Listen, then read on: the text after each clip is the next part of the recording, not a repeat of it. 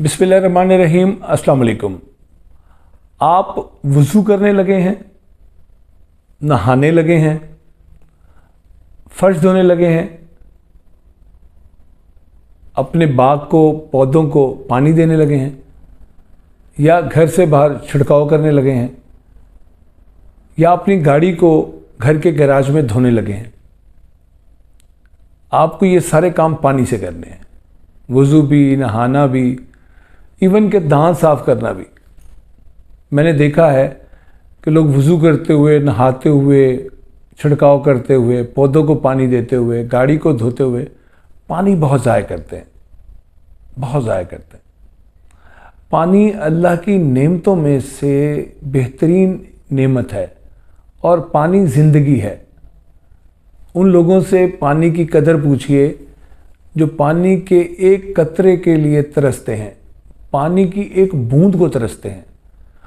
हमारे इर्द गिर्द थोड़ा आप शहरों से बाहर निकलिए, देखिए कि लोग पानी की कमी का और साफ़ पानी की कमी का शिकार हैं और वो एक एक कतरे और एक एक बूंद को तरसते हैं।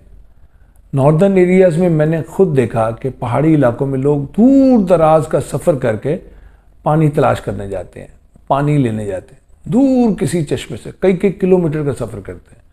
और बहुत सारे हमारे बारानी इलाके तो ऐसे हैं कि लोग बारिश की दुआएं मांगते हैं कि बारिश आएगी, वो पानी को ज़ख़ीरा करेंगे और फिर महीनों इस पानी को इस्तेमाल करेंगे। हम क्या करते हैं?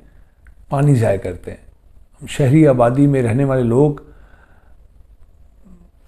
नल चलाते हैं बटन से और फिर मोटर पानी देती है और वो पानी ज़ाया करना शुरू कर देते हैं।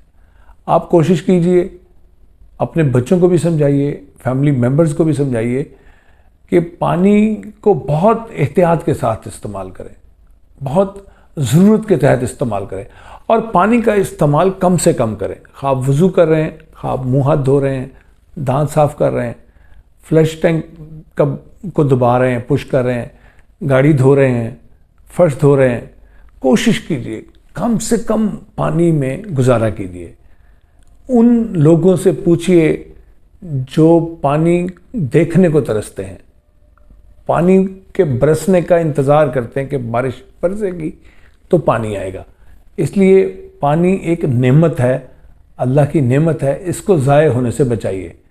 इसका इस्तेमाल कम से कम कीजिए और ज़रूरत के तहत कीजिए। पानी को ज़ाय करके आप बहुत बड़ी नेमत को ज़ाय कर रहे हैं। उम्मीद है आप इस मैसेज को समझेंगे और इस पर अमल की कोशिश करेंगे। अल्लाह हम सब का हामी और नासिर हो।